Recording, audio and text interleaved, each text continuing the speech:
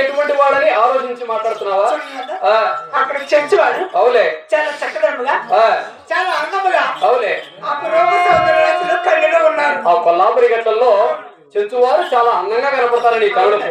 వాళ్ళు చూసావనుకో అటువంటి వారికి వాళ్ళ మొహంలో పడిపోతావు, ఇల్లు వాకిలి మర్చిపోతావు, నన్ను మర్చిపోతావు అని నీ మనసులో బాధ ఆవేదన ఇలా ఉంది నీకు. అంటే నీ భర్త ఎటువంటి వాడని నువ్వు ఒకసారి ఆలోచించావా? నేను ఏకనారీ వ్రతుడును అంటే ఒంటి మాట కల్లోని కదా, ఒకటే మాట, ఒకటే బాణం, ఒకటే సతి, ఒకటే భార్య. అటువంటి వాడిని నా మీద నమ్మకం లేకుండా మాట్లాడతావా? ఏమిది? నేను దేవాన్ని దేవుని కదా, నా మీద నీకు నమ్మకం లేదా? ఎందుకని? ఈ మేనేజర్ ఇప్పుడు వచ్చి కొంత ముస్తాడు చెప్తాదే, ఏదో మనసులో మాటకి చెప్తుందేమో అనుకుంటానంటే బొమ్మ నీ మాట అంటే నేను ఎంత మంచిగా చెప్పినా కూడా నా మాట నమ్మబుద్ధి అవుతాంది, నమ్మబుద్ధి కావడం లేదు. నేను ఏం చెప్పాలి చెప్పు నీకు? నువ్వు నిన్ను నేను నమ్మాలంటే అవులే నాకు అక్కడ ప్రమాణం చేస్తే అంటే నువ్వు దేవాల దేవుడు కదా, పాలు బట్టి ప్రమాణం చేస్తే అప్పుడు మనస్ఫూర్తిగా నా మనసు ఒప్పుకుంటుంది, నిన్ను వేట మార్గం పంపుతా.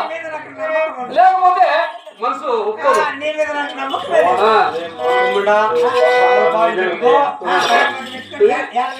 తమలపాకు పెట్టి ప్రమాణం చేయమన్నా ఆయన మాట విన్నావనుకో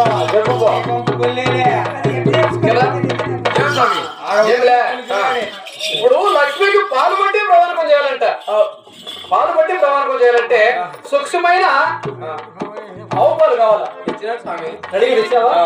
సూక్ష్మమైన ఆవు పాలేనా? ఇచ్చినా కానీ స్వామి ఇప్పటికో చెప్తా. ఏమది? ఇప్పుడు మా అమ్మకు పవనం చేస్తావు, ఇలా చేయొద్దు. ఇక్కడ అది ముందే అనుమానం మనిషి ఇట్లా మాట్లాడు. ఇలా చేసినామనుకో ఇబ్బంది ఇలా చేయాలి.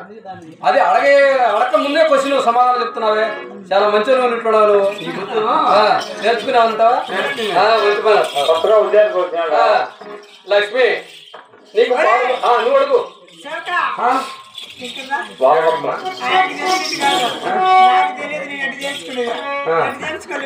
నీకే తెలియక నాకేం తెలుసు మా చేసుకునేది. మా వివాహం ఎన్నేళ్ళండి? మా 30 ఏళ్ళ కాదు, నీకు తెలియదా? మా పైనమ్మా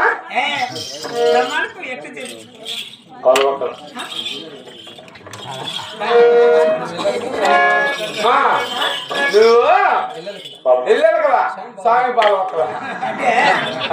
స్వామి అట్టంతా చెయ్యి అంటే ఎట్లా చెప్పినావు? అమ్మా నాకు చెప్పినట్టు చెప్పినావా, వేరే రకంగా ఏమైనా చెప్పినావా? అంతేలే. దేవి లక్ష్మి, ఈ భూదేవి సాక్షిగా, ఆకాశవాణి సాక్షిగా, సూర్య చంద్రాల సాక్షిగా, అష్ట దిక్పాలు సాక్షిగా, పంచభూతాల సాక్షిగా ఏం లేదురా, నువ్వు నమ్మకమైన బిడ్డవు కదా. మా వారికి నేను స్వామి స్వామి 7